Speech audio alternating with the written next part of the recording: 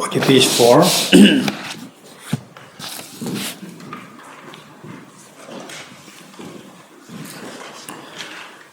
I go for refuge and turn the light into the Buddha, the Dharma, and the Sangha. By my accumulations or practice of giving, so forth, may I become a Buddha to benefit all sentient beings. I go for refuge and turn the light into the Buddha, the Dharma, and the Sangha. By my accumulations or practice of giving, so forth, may I become a Buddha to benefit all sentient beings. I go for refuge and turn my light into the Buddha, the Dharma, the Sangha. By my accumulations or practice of giving, so forth, may I become a Buddha to benefit all sentient beings.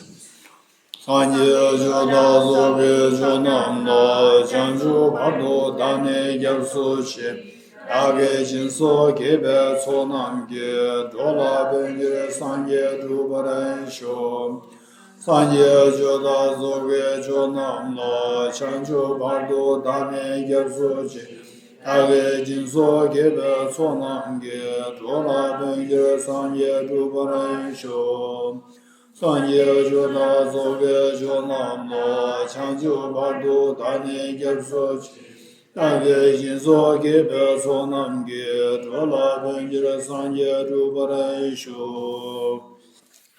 Next page.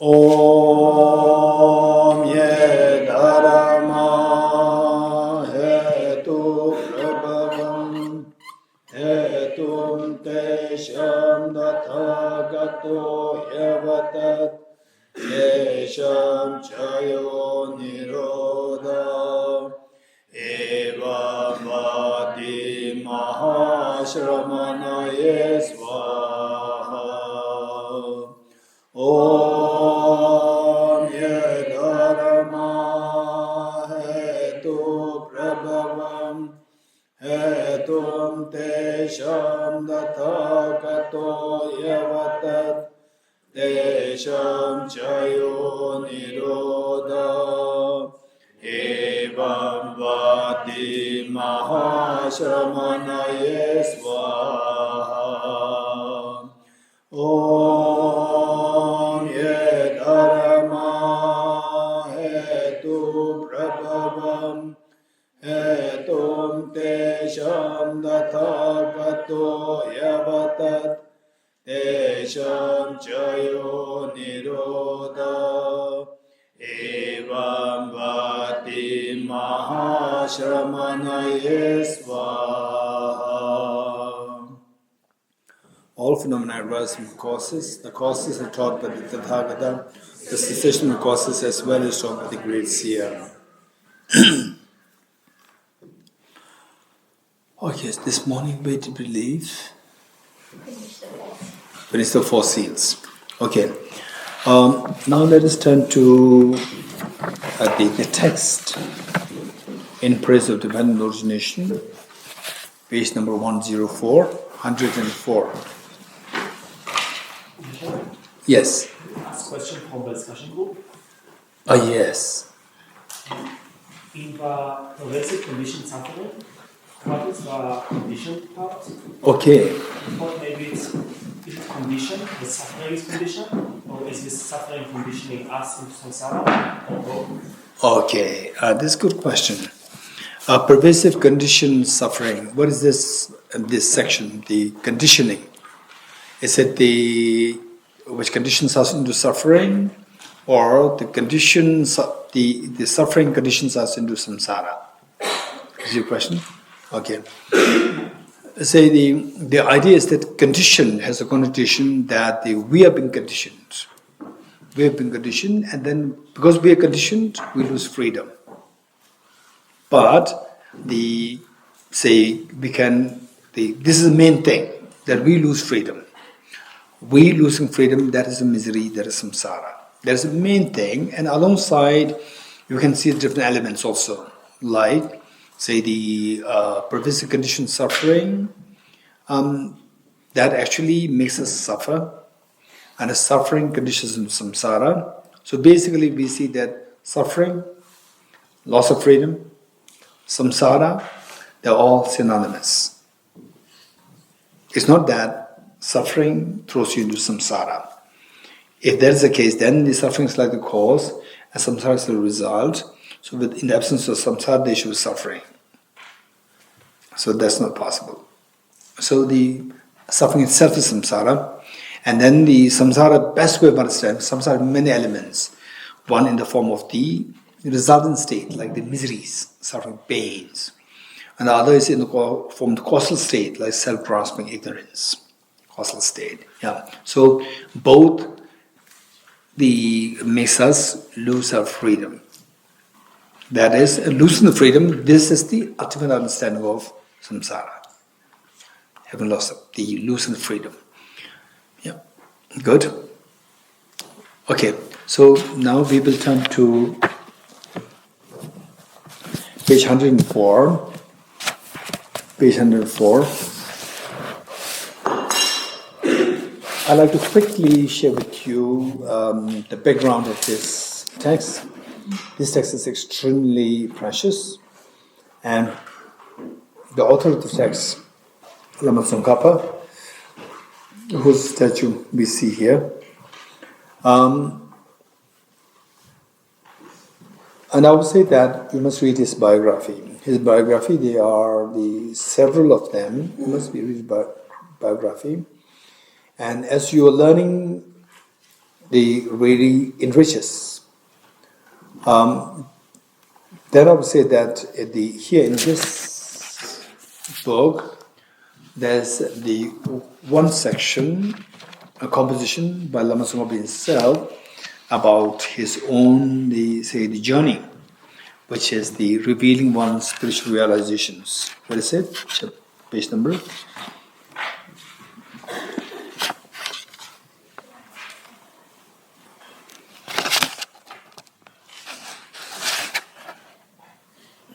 Noble Pursuit, serial number 34 and page number 197.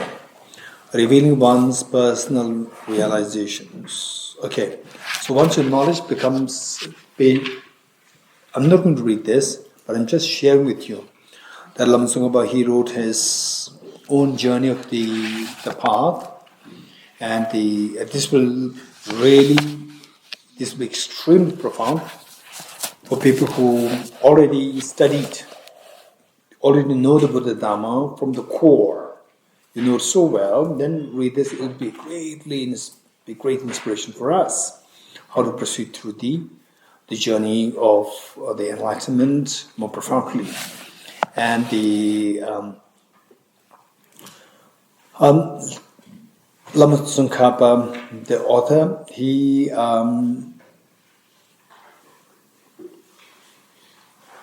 since his childhood, he was already identified as someone who's very special, not in ways that identified as today what we call as Rinpoche, reincarnation, Lama. No, it was not in that form. Just as a young boy, who is seen with the extraordinary qualities of composure, kindness, intelligence, and so forth. And then there was one teacher on the Chöje Tundu Rinchen.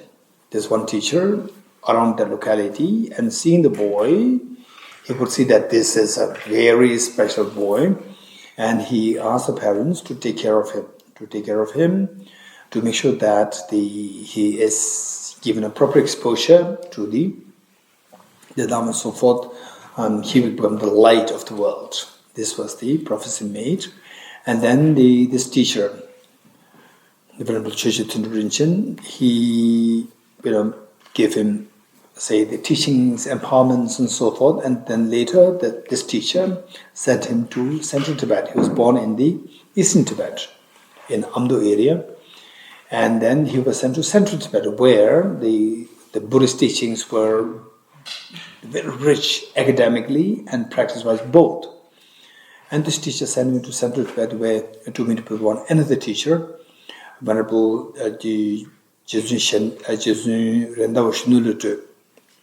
And then he received all the many teachings from him. And at one point, the Lama Tsongkhapa, then at that point, around like age 17, 18, 19, he became a renowned teacher, already like 16, 17, 18 years, such a renowned teacher. And he composed one on the book, which now we see in the form 2 volumes, which is known as the lecture setting. Lecture setting is the golden rosary, eloquent speech. This is about the very sophisticated text written by Arya Maitreya, and the commentary on this, and he wrote it when he was in his 30s. An extremely refined text. Just in 30s he wrote this, a classic. And even today, the big scholars, they read this and they feel the awe of his scholarship and his profound experience of the path. So, and then more related to the wisdom of emptiness. The wisdom of emptiness. He was getting some, say, the deeper insight into how the things are all like illusion, like a dream. That was what was coming to his mind. And then at that point, Arya Manjushri, the Buddha of wisdom. Buddha of wisdom, so one you see here, some here, Buddha of wisdom. And issue somebody here, over there at the corner, yeah. The painting over there, the Buddha of wisdom, Arya Manjushri. And at that point, he did not have the vision. He could not communicate with Arya Manjushri directly. And there was another teacher by the name Lama Ummapa. And he used to have a direct communication with, direct meeting, communication with Arya Manjushri. Arya Manjushri is in the form of deity. Deity not as a human being.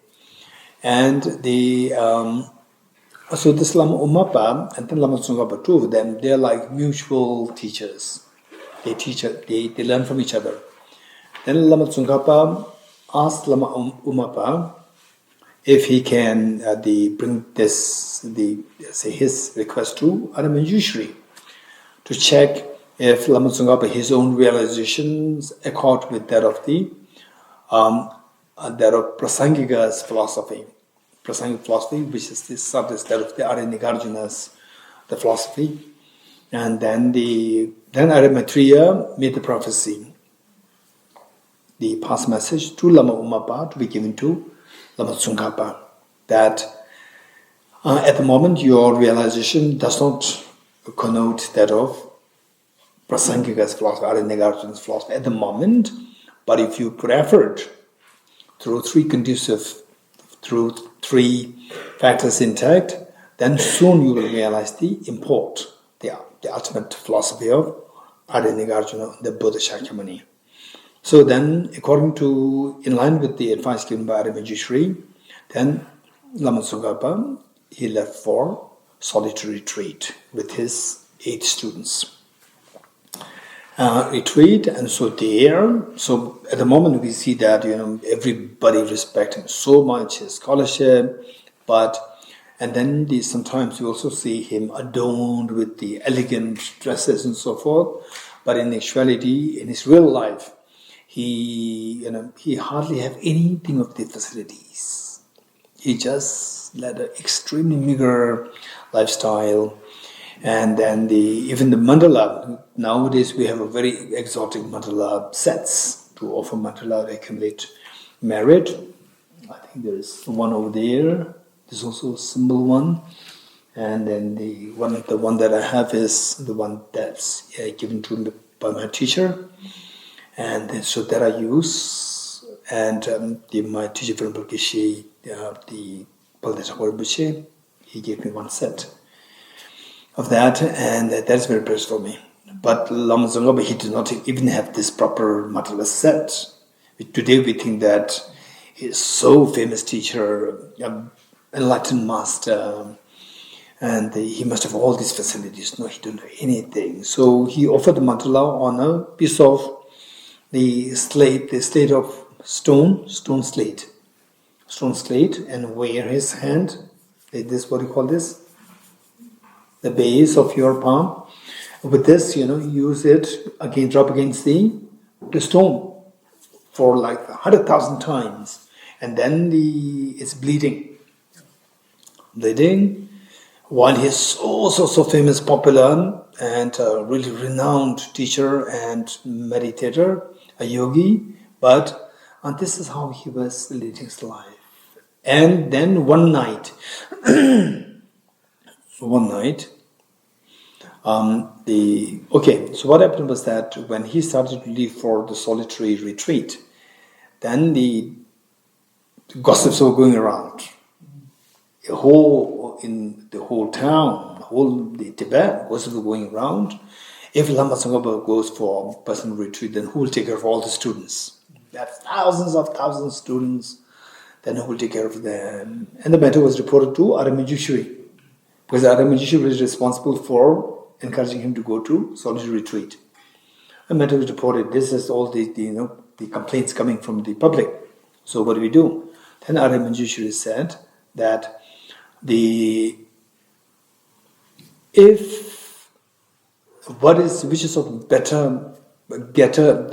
is of greater benefit for Lama Tsongkhapa to go for solitary retreat for some time, and then they focus on invigorate his practice to see the ultimate reality according to the Buddha's own intention, versus staying in the monastery and then helping the public. So which is of greater benefit? I know the best. So you don't have to worry. I'm asking him to go to the retreat. So I know the best. You don't have to complain about. No complaint. Whereas if you say there's the complaint is coming, it is very disturbing to our ears, then have patience. This is a message given by Aramajishri back. Then the Lama Tsongkhapa in solitude, he was, 3 points as the 3 points given by Aramajishri. Then Lama Tsongkhapa was following those 3 points, and then it was just within a short span of about 11 months that he realized. What happened was that he had a dream that Arinigarjuna, the next to the Buddha, Arinigarjuna, who is revered as the second Buddha, Arinigarjuna surrounded by all these masters of the emptiness philosophy, Madhyamika philosophy, like the Arya Bodhisattva, Arya Deva, the Acharya Nagabodhi, Acharya Chandrakirti, all these great masters, he dreamed of them, and they sitting with Arinigarjuna. And then particularly there was one teacher stood up in the dream, and who the Lama Tsongkhapa identified as Acharya Acharya the Buddha Palita. Then this teacher stood up and came towards the Lama Tsongkhapa and handed over a book to him. That was what he dreamt.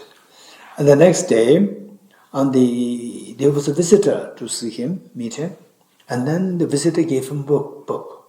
So this book was the book on emptiness, composed by the author, the Acharya Buddhapalita, who came in Lama Tsongkhapa's dream. So the book came to his hand right there, brought by a visitor, which he dreamt to be offered by the author of the text. And there's a book. Then he read it, and suddenly there's the outburst of experience of emptiness came, and then he composed this text. So this short composition, this is the result of his the very refined understanding, finest of understanding of emptiness, which he got, and then for us this is extremely important. And for the last year, for Tibet House, the students, Nalanda students of these programs, we requested for teachings from His Holiness Dalai Lama. And initially, we just requested for an audience because that one batch, not the master's course batch 1, it was been completed, and there was about like who registered. There were about like 460 students, and then the more students were there. More students for the Nalanda master's course batch 2, Nalanda diploma course batch 1, 2, 3. And the certificate course batch 1, so total there are about like 4,000 something students.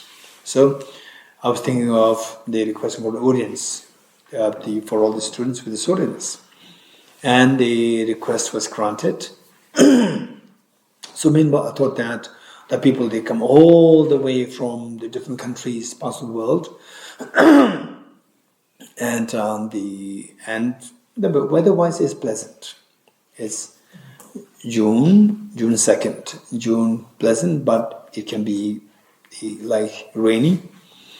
But mornings are quite cold here in Dharamsala. And then people have to struggle to get a visa, flight ticket, they have to get the leave from the work. All these complications, they come for the audience. Why not, if there's a possibility that we can request the students for teaching? And then the teaching, because that nowadays the teachings for the students is being shortened. Earlier, like 7 hours a day. This is what his students used to give teachings. Nowadays it's just 1 hour, 1.5 hours a day. And of course the secretaries have a huge responsibility to make sure that His Holiness gets rest. So with the request, and any time the secretaries, they said no, finish, we can't do anything. And the secretary was very kind to say yes, and I said even if the proper teaching, formal teaching may not happen, even if it be like oral transmission, just His Holiness reading a short text, the 3 principal parts, even that would be good for the students, because for them, they come all the way, and for them, His Holiness always says that the greatest of the treasure, greatest of the gift, is the gift of the Dharma. So they come here to get something Dharma from His Holiness, and to have the glance of His Holiness, His Holiness, that would be good. And the secretary accepted that yes, this weekend was His Holiness.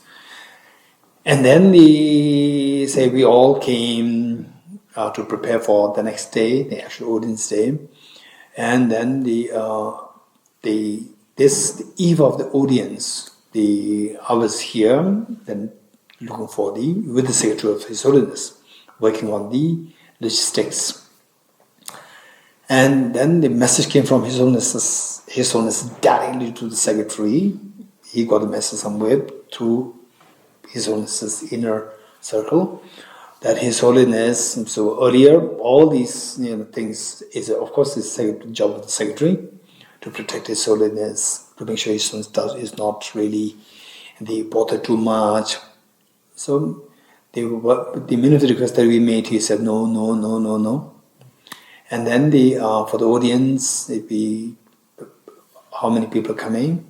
I said, if I say 100, then next time it shoots, then the secretary will say no, finish. You said 100, so I said over 100. Not sure what. And then the number kept swelling, because the people, they have to decide and send us the acknowledgement, the confirmation. Then the numbers is shooting like 200, 300, and then the secretary wrote back, and the secretary is very effective, very efficient. Says now we cannot have the audience in His Holiness's palace itself, because the hall there can accommodate maximum 120, 150, and your number is exceeding 150, so we cannot have. Then I asked if it can be done in the main temple. He said, okay, this is possible. And then again the number swelling, even 400. He said, even the main temple is not possible. He said, then is it possible in the main courtyard down there? And he said, okay. And then I requested if the photographs can be taken, good photographs. He said, no. It's a huge group. And then he made a strategy that instead of the group, just whole thing, His own giving the teaching, and then from two sides, photograph to be given. So I said, it's okay. Because if he says no, if he's angry, then if he says no, everything will just be shattered. So I said, that's fine. So many things. Then finally, on that day, the eve of the audience, we got a message. The secretary got a message from His Holiness, and secretary told me directly. His Holiness, he got a message directly from His Holiness that audience should happen in the main temple, not in the courtyard. And the reason why? Because the people have to come very early for the scrutiny, for the security reasons, and then it's going to be very cold for the people to wait outside. This is the message from His Holiness, number one. And so, which means that everybody, somehow we have to make it happen in the main temple, where at least there is the cover, the walls there to protect people from getting cold. Number two, we requested just for oral transmission of this, like the 14 verses of the three principal aspects of path, just oral transmission. And a message came that from His Holiness that the teaching would be on in praise of dependent origin, which we are doing now, which has about 50 over verses. And that too, not just oral transmission, actual teaching would be happening. Number two. Then number three, that photographs, His Holiness sent a message saying that even if they are interested, the people, everybody will get a chance to have an audience with His Holiness one by one, which means everybody gets a photograph.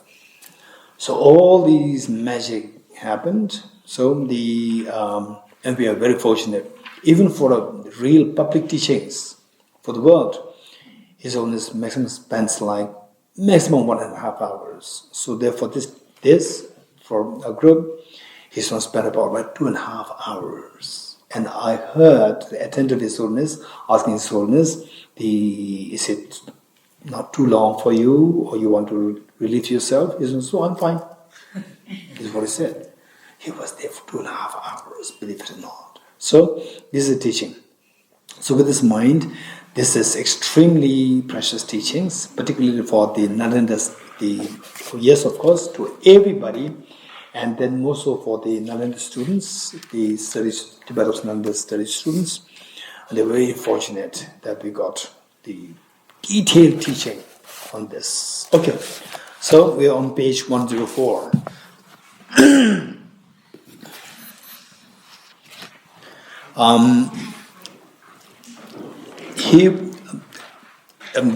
I'm just reading this and then I'll explain this.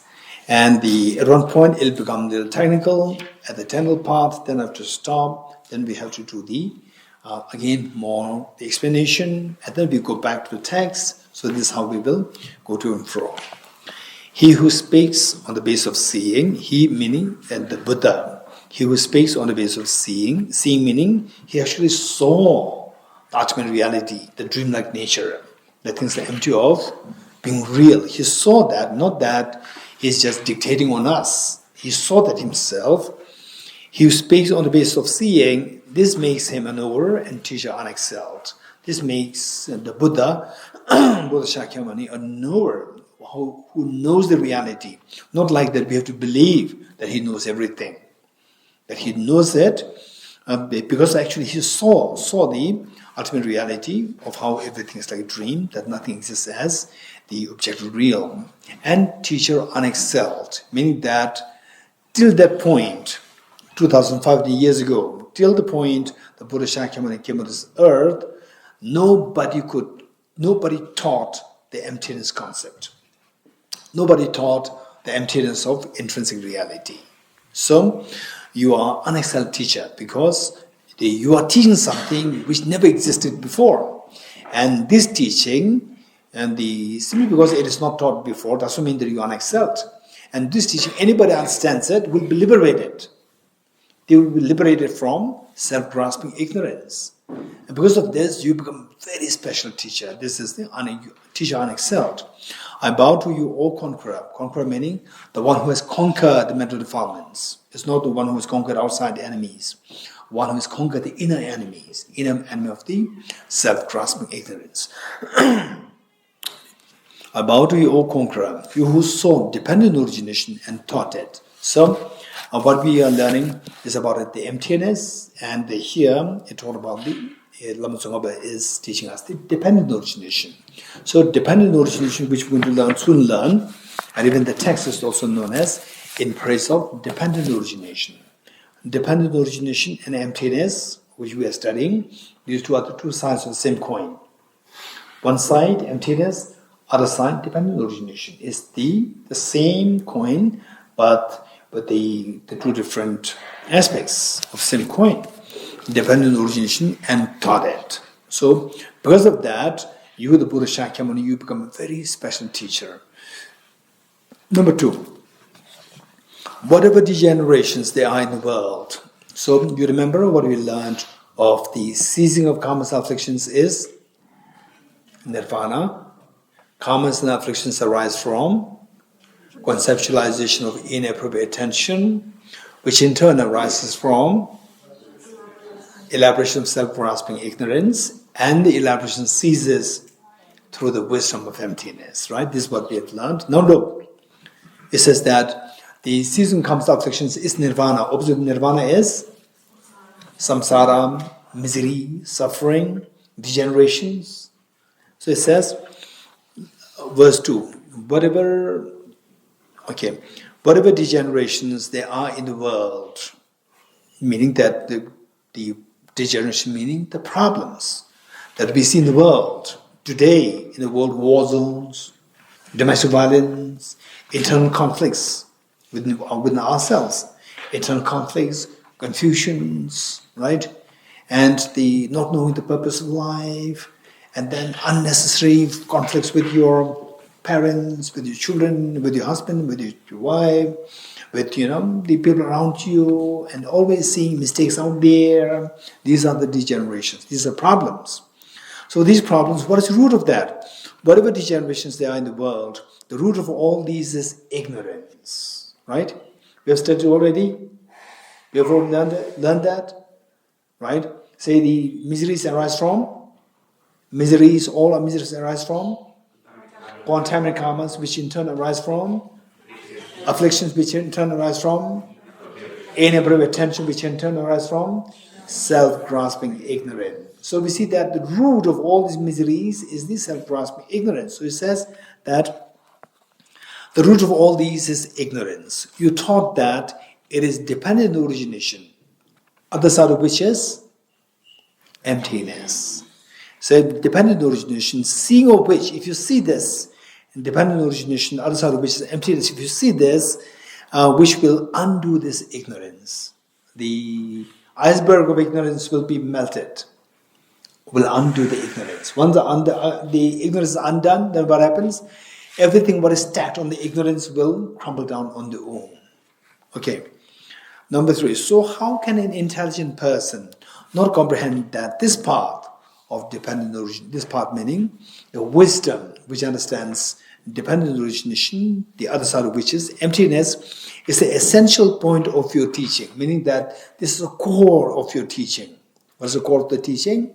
The dependent origination and emptiness. This is the core of the teaching of the Buddha. And why this is something so special is that till that point, nobody taught it on the planet Earth. So therefore, this is very special. Number 4, that being so, who will find, O Savior? Savior meaning one who protects us. How the Buddha protects us? How the Buddha protects us? By blessing us, by coming to you and saying, hey, I'll protect you. Or how does the Buddha protect us? Anyone? By giving the Dharma of the wisdom. By teaching us the wisdom of emptiness, the wisdom, by sharing us with the wisdom. So this is how he became the Savior, our Savior. And if we get a glimpse of emptiness, then you get to see that if I can sustain the experience of emptiness, then all my unnecessary agitation, stress will go away, right? Go away, and then I will be saved. I'll be protected. I'll be liberated. And who does it? Who taught this? This is amazing. Who taught this for the first time? The Buddha Shakyamuni taught it. So therefore, he is our savior. He is my savior. He is your savior. In that regard, not that if you pray to Buddha, then he will bless you, right? He will bless you and he will save you. No, this is not a connotation.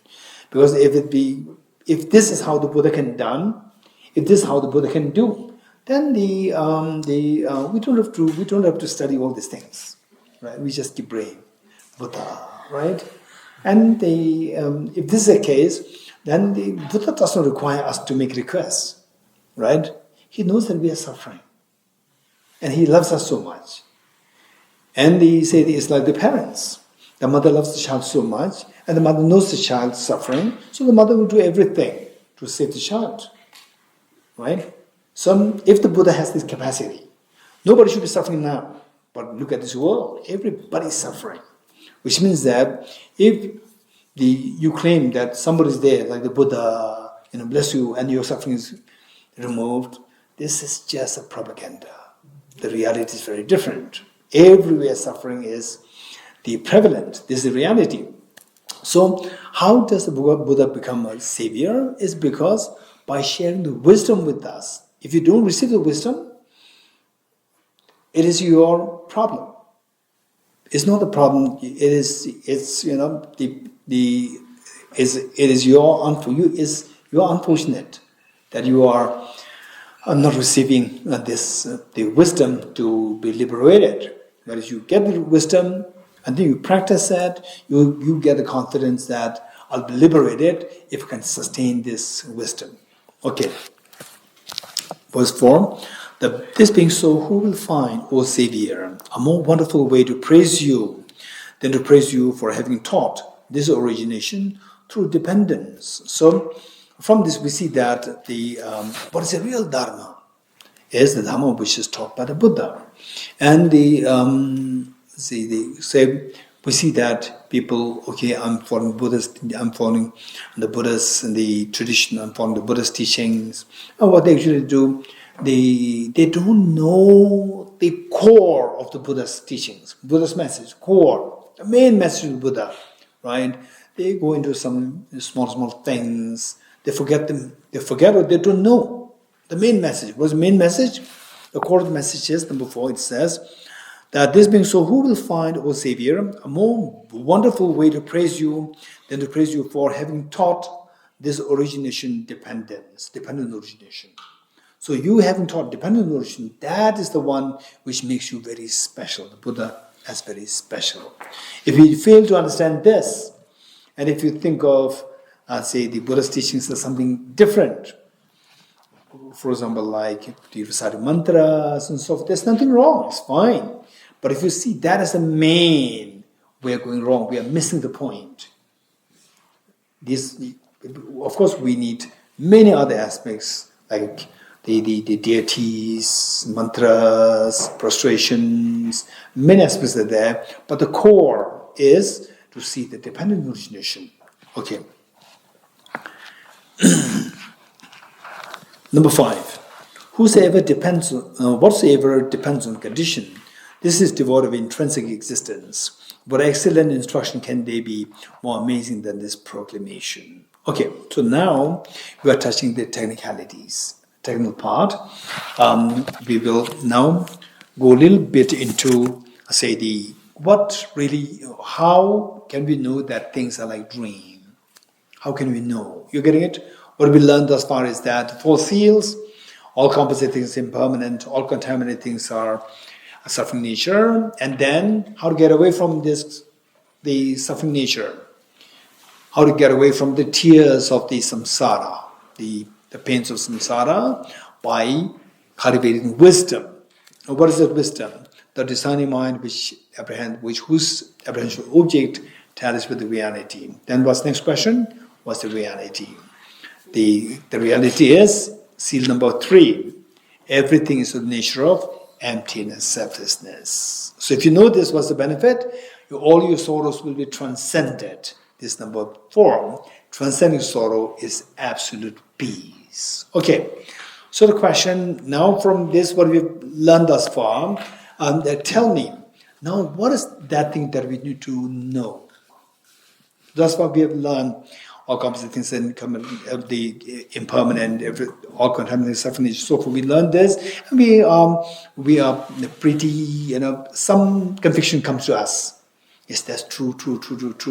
Now, what is one thing that you now come to see the importance, the knowledge of which is important to us now? What should we have to know now? Anyone? Yes. Creating a self-practice so we can get to those steps. Practice what? Bodhicitta. Okay, let us talk about what we have learned thus far. Yesterday, day before yesterday, and today. Yes, over there? Understand emptiness? Yes, right. Okay, finally, what is reality? Reality is that everything is the nature of emptiness. What is emptiness? You're getting it? We have to explore this. What is emptiness? Once you know this, yes. I was really curious, I have been for some time, the translation of the word emptiness from Tibetan, is emptiness the only word, English word, or are there other possibilities? Okay, this is a good question, Rainbow. Thank you. I say, is there other possibilities of translation? I would say that the two things. One is that for somebody who really goes deep into the concept, and somebody who does not go into the concept, who just remain on the surface. There are two. Surface meaning the words. Who remain on the surface, the words, right? The linguistics, how this word came into existence, and the very bright, extremely brilliant linguist, and they will not be happy just on the surface. They will go deep into the meanings, each of the words. They will know the concept so thoroughly, and then they will study the language, the words.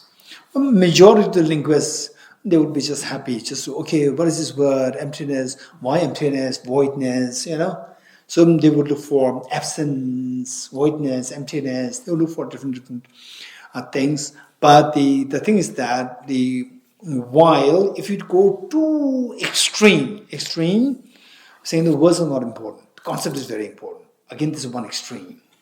Because for you it's okay, but then the Buddha Dharma is not only for you, for your next generation.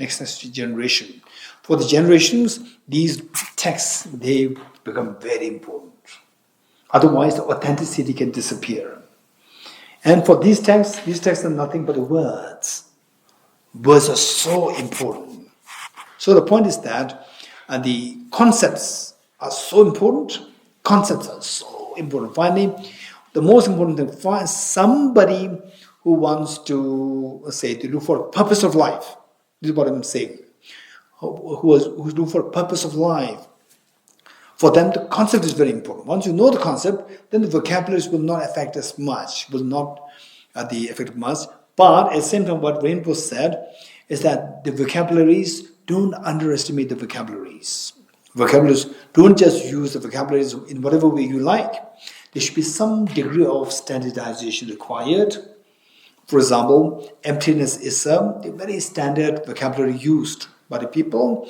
And then the voidness is the terminology used for, understand the Tibetan word for emptiness. Some translations use voidness, voidness, and the less number of people use absence.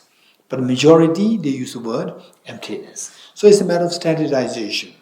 If wherever in the Buddhist world, particularly foreign Arjuna philosophy, wherever in the world, if they just stick to the word emptiness, that's fine. Or they can switch from emptiness to voidness, that's also fine.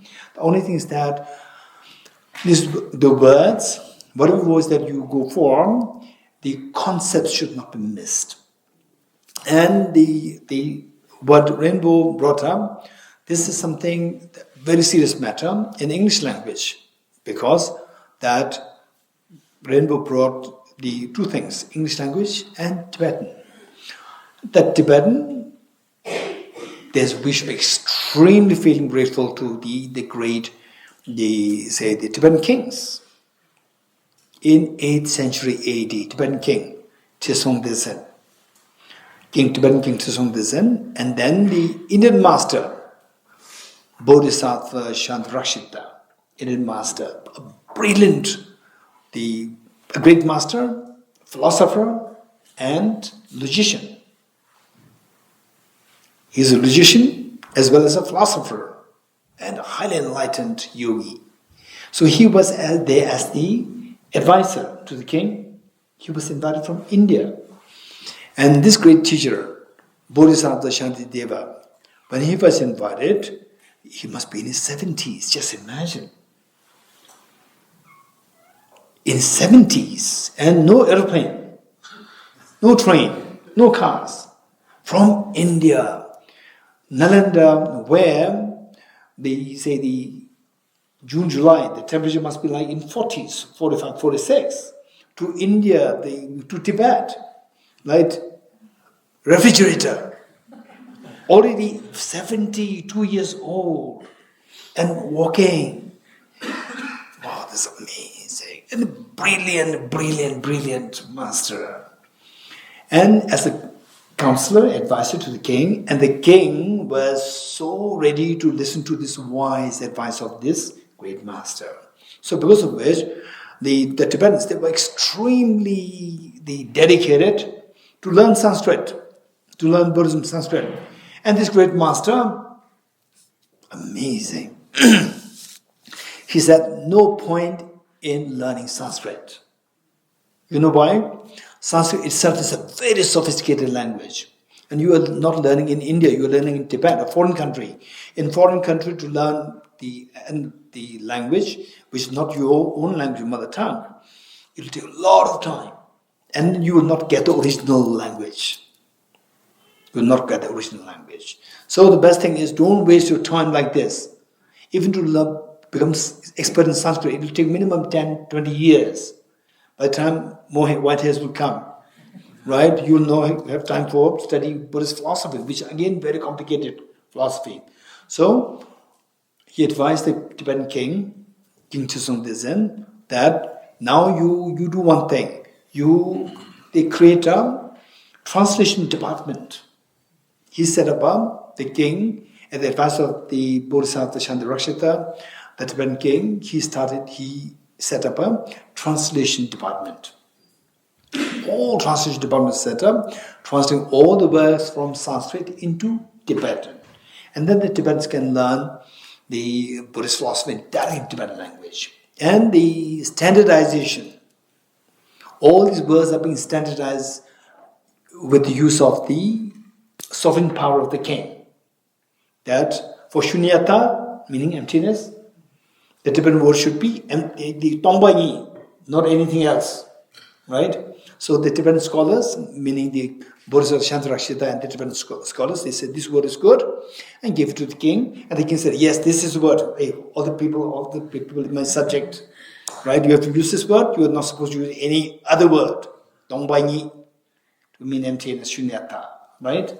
So standardization happened. Because of this, today is so convenient. For example, like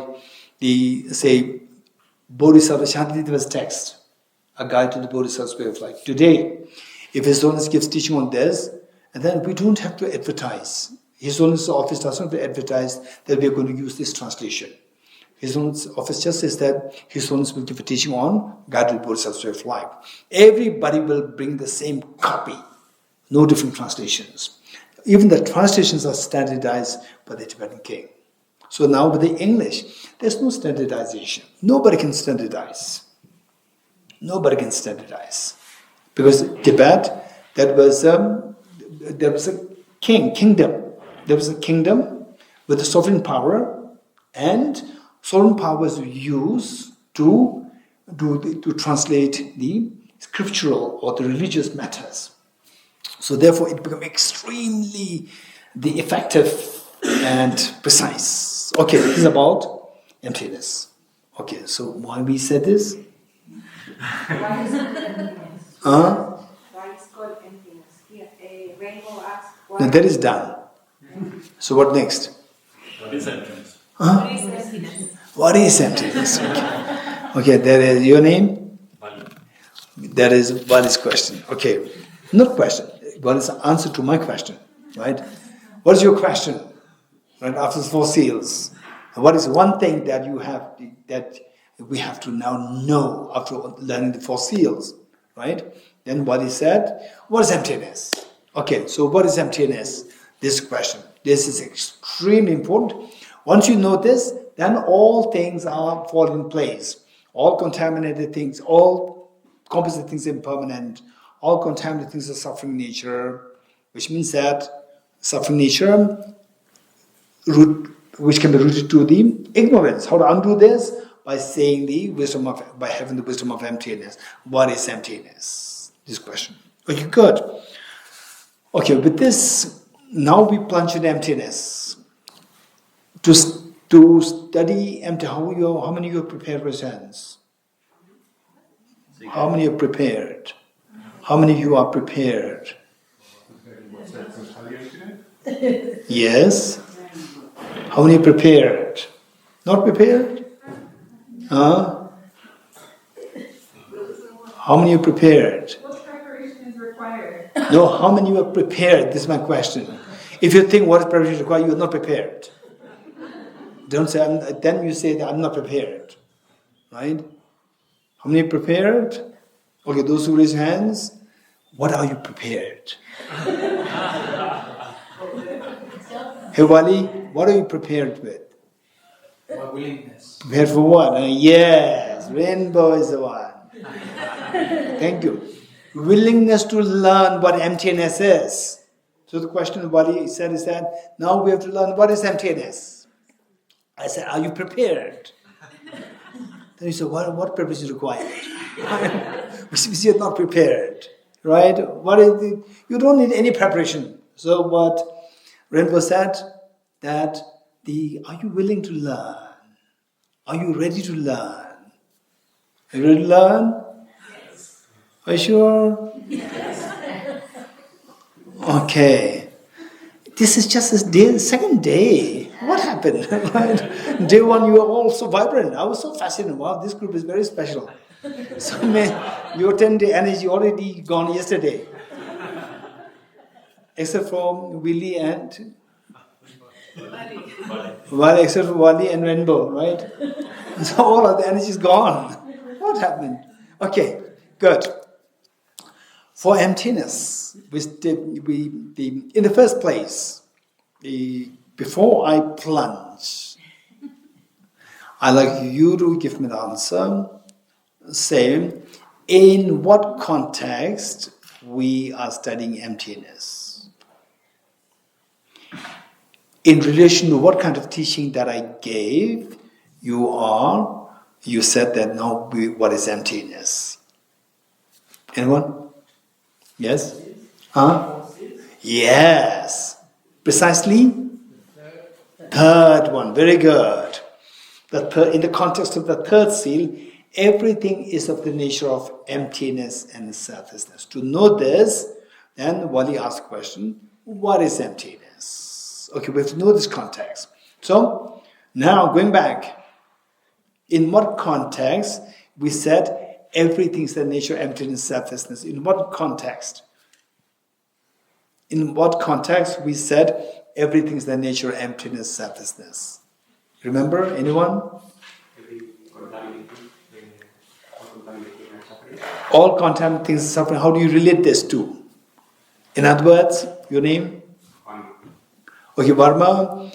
And in what way you relate these? Seal number 2 and seal number 3. How you relate the two? Anyone else? Anyone? How you relate seal number 2 and seal number 3? And you don't really have to look for correct words which are used. You don't have to. You're getting it? You can use your own words as long as you can touch the meaning. I'm happy. In abundance, yes. Varma? If you realize that all is empty, you are free of suffering. Say it again. You realize the The emptiness of the all the things. emptiness of phenomena, your suffering is gone. So how do you relate with number 2? Yeah? Because it's not going to go away by itself. So we need to find a way to Yes. settle this and this ignorance. And this way is Very good.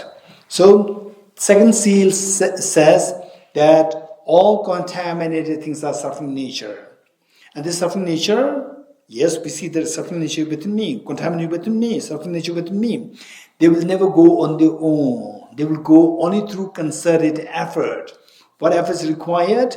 Effort to counteract the root of the problem. And what's the root of the problem? Okay.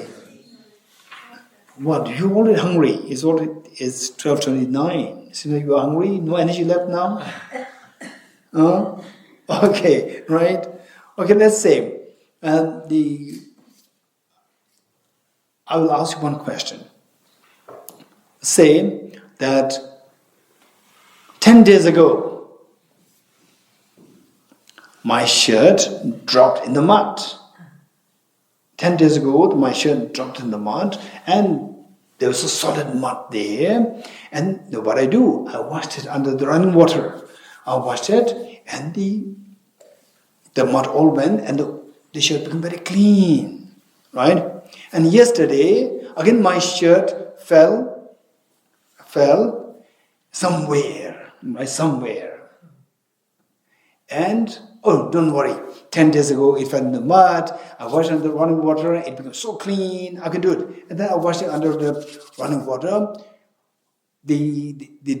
What is that? The stains. They don't go away. They're not going away, right? I washed in water. They don't go away. What should I do? What's the problem? Is there change in the water? Like 10 days ago, less global warming. Now, 10 days after, more global warming, so the water has changed there, and even the water is not effective now. What happened? Different contamination. Oh, yes. So, your name? Peter is telling me that earlier where the shirt fell was a mud. And the mud, with the running water, it can easily go away. But maybe today, where did it fall? It fell in the grease. So, it doesn't go away with the water? Why not? Contamination is very different. Contaminants, pollutants, the contaminants are very different. Earlier the mud, the water can be a perfect remedy. But for the grease, oil, water cannot be the remedy. So, what remedy to apply depends on the contaminant, nature of the contaminant. So, only if you know the nature of the contaminant, then you can apply the correct remedy. You're getting it? So, the wisdom of emptiness is supposed to be the remedy. So, for that, we have to know the nature of the contaminant. What's the nature of the contaminant? Self-grasping ignorance. For self-grasping ignorance, the remedy should be the wisdom of emptiness. So therefore, what is the emptiness? You getting it? Okay. So for this, now this is the background. With this background information, what is important for us to know is that now we plunge into emptiness. For that, before we plunge into emptiness, two questions. First question, do things exist? Don't forget it. You getting it? So later on, in the course of these 10-day retreat, if ever you say that everything's empty, nothing exists, right? You'll be put to penalty. Because we start the emptiness with two questions. What was the first question? Do things exist? What's the answer? Yes, if you say no, empty, right? This is nihilism. This is not emptiness. Let me repeat it. Do things exist? The first question. What's the answer? Yes. If you say no, what's the problem? This is nihilism. This is not emptiness. You getting it? you are not eligible for emptiness in the first place. Right? Don't ask the question, what is emptiness? So the first question, do things exist? Answer should be yes. Okay, then you are freed from nihilism. Next, only when you get the first question answered properly, then the second question comes. Do things exist objectively? Objective meaning as real, from the object, like the dream. Dream is objective or coming from your subject? Dream. Michael? Dream coming from dream. Dream goes coming from the object or coming from your mind? Mind is subject or object? Subject. So the dream is subjective or objective? Subjective. Good. So likewise, the second question is, do things exist objectively? If you say objectively means that it is not coming from your mind. Right? So emptiness means emptiness of objective existence. Empty of objective existence. So the second question is, do things exist objectively? What's the answer? No. If you say yes, you fall into absolutism. First question, do things exist? If you say no, things don't exist, they are empty, you fall into nihilism. Second question, if things exist, how do they exist objectively? If you say yes, you fall into absolutism. These are two extremes. You're getting it? These are two extremes. Only if you get correct answers to these two questions, you are entitled to go for emptiness. You're entitled to study emptiness. Till that point, you cannot study emptiness. Okay, what's the first question? Do things exist? What's the answer? Yes. What's the second question? Do things exist objectively? What's the answer? Very good. You are ready for emptiness now. Okay. For this, what we need to know is that emptiness equals dependent origination. Now here, in praise of dependent origination, you're getting it? Emptiness equals dependent origination.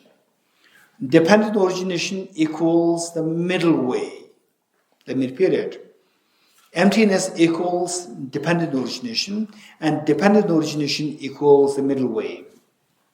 If I tell you A equals B, B equals C, so your job is to tell me, therefore A equals C. You're getting it? Likewise, what I said is, emptiness equals dependent origination, number one. Dependent origination equals the middle way. Therefore, emptiness equals the middle way. Don't forget it. You are getting it? Middle way means a way which is the way which is freed of the two extremes. Middle way means the way which is free from the two extremes. What are two extremes? Extreme of nihilism and extreme of absolutism. Let me repeat it. Emptiness equals dependent origination, and dependent origination equals the middle way. Therefore, emptiness equals the middle way. So, what is meant by middle way? A way which is freed of two extremes. What are two extremes? Extreme of nihilism and extreme of absolutism. Very good. Okay. So, what do you have to learn now? First, how emptiness equals dependent origination. This we have to learn. You getting it? I made two statements. Emptiness equals middle way, and emptiness equals dependent origination, and dependent origination means the middle way. And you said, therefore, emptiness means the middle way. You getting it? So I have to first prove my statements. What's the first statement that I made? Emptiness equals the dependent origination. What's the second statement that I made? Dependent origination equals the middle way. Okay, what's the first statement? Emptiness equals dependent origination. So, to know this, we have to know 5 points. First, emptiness. Emptiness. The next, emptiness. Okay, emptiness is a short form of emptiness of independent existence. Emptiness is a short form of emptiness of independent existence. Okay, how many of you know who? How many of you know who? Raise hands. How many don't know who? Raise hands. Wali, you know who? You don't know who. Who are you? I don't know. You don't know who? Who are you? Who are you? You're Wali. So you know who? Okay. So when I say they say the who, I'm not asking who are you. You're getting it? I'm asking who in the form of World Health Organization. Right? Who is a short form of World Health Organization. Don't think that he's asking who. He doesn't know the word who. You're getting it? This is the World Health Organization. Likewise, when you say emptiness doesn't mean empty. It's a short form of emptiness of independent existence. Okay, number one is emptiness. Number two is that it is a short form of emptiness of independent existence. Number three, emptiness of independent existence means nothing exists independently. This is number three. Emptiness of independent existence means nothing exists independently. Number four, nothing exists independently means everything exists by Depends. Lisa. Everything exists by dependence. Number five, if everything exists by dependence, this is known as dependently existent or dependently originated. You getting it? Let me repeat it. Number one, emptiness. Number two, emptiness is a short form of emptiness of independent existence. Number three, emptiness of independent existence means nothing exists independently. Number three. Nothing exists independently means, number four, everything exists by dependence. Everything exists by dependence means everything is dependently existent or dependently originated. You want me to repeat? Okay. That's the last one. Last one. The number four. Okay, anyway. Okay, everything. Okay, number one is emptiness. Number two is the short form of emptiness of independent existence. Number two. Short form of, if you're too slow, we have to go the middle way. It's too slow, I can't wait. We have to go the middle way. Right? So emptiness. Number two, emptiness is the short form of emptiness of independent existence. Number three, emptiness of independent existence means nothing exists independently. Number three, nothing exists independently. Number four, nothing exists independently means everything exists by dependence. Number five, everything exists by dependence means everything is dependently originated. So therefore, from these 5 points, we come to deduce that emptiness means the middle way. No, emptiness means dependent origination. Number one is done. What's the second statement? Dependent origination equals middle way. Okay. So dependent origination has two sides. Dependence and origination. When we say dependence, what's the opposite of dependence? Independence. Independence. Something existing, the independent existence, absolute existence, they mean the same. So when you say dependence, it rejects independence or it rejects absolutism. When you say dependence, it rejects the extreme of absolutism. And what's the other side? Origination. When we say origination, means something comes into origination. Something comes into existence. What's the opposite of existence? Nihilism. Non-existence. Nihilism. So when you say origination, it rejects nihilism. So dependence, it rejects the extreme of absolutism. Origination, it rejects the extreme of nihilism. Bringing the two together, the two extremes are rejected. Rejecting the two extremes is following the middle way. Okay, this is how dependent origination means the middle way. So your job is to say, therefore, emptiness equals the middle way. You getting it? Okay, good. Okay, we'll stop here now. Yata Om Gati Gati Paragati Parasamgate Bodhisvatyatam Om Gati Gati Paragati Arasamgate Bodhisvatyatam Om Gati Gati Paragati Arasamgate Bodhisvatyatam.